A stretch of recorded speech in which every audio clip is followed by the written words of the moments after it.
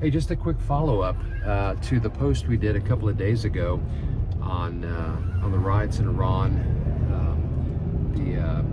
the potential biblical, prophecy implications in that.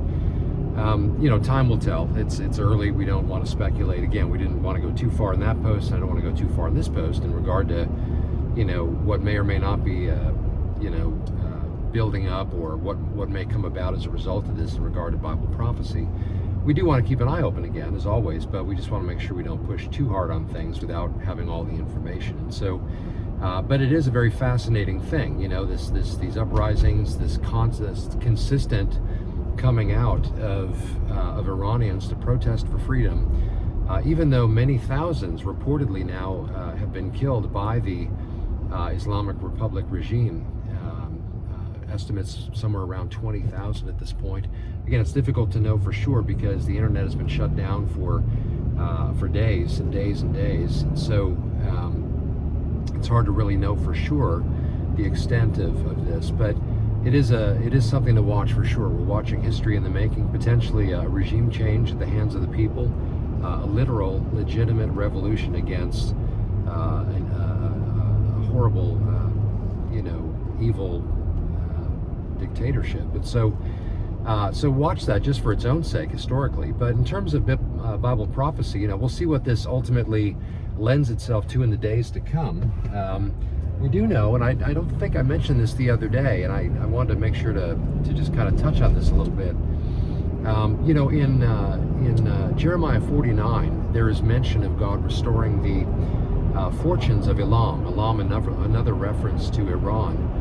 And I guess I just wanted to take a minute just to mention here too that there is a very, very big difference between the general sentiment of the people of Iran and the government of Iran in regard to geopolitics, in regard, of course, most importantly, to their relationship with Israel. We did mention the other day how Crown Prince Reza, the oldest son of the Shah back in 1979, who was deposed, has been a very, very visible figure in this whole uprising, and whether or not he will ascend to leadership or not, the people of Iran used to enjoy a much looser grip in their lives. They used to be, so it was a very different world back then. If any of you are, many of you are old enough to remember that, and for those who really don't have a history on that, it's worth looking back and seeing what Iran was like under the Shah. It's not like it was, an Americanized democracy per se or anything, but certainly it's been a very clamped down thing since the Ayatollah took over. And so anyway, when it comes to the people of Iran, we want to separate that from oftentimes the sentiment or the views and the worldview and the stated goals of the Islamic Republic itself. So it is interesting to consider that, when the Bible talks about God restoring the fortunes of Elam, generally speaking, it is not uncommon to assume that what that means is that during maybe the millennial era or in the last days, after events like Ezekiel 38 and 39, if in fact that is a premillennial event, which I hold that it is, that somewhere in that era we see that the nation, the people of that nation ultimately experience blessing from God and that kind of thing. Although, considering what's going on right now, I wouldn't completely write off the possibility that we might be seeing that unfold right before our eyes. The people of Iran might gain freedom. They might become a very prosperous nation once again for a time. Now again, where does that fit into Bible prophecy in regard to things like Ezekiel 38 and 39? We'll find out as in the days to come, because again, this is still all an era of speculation in that regard.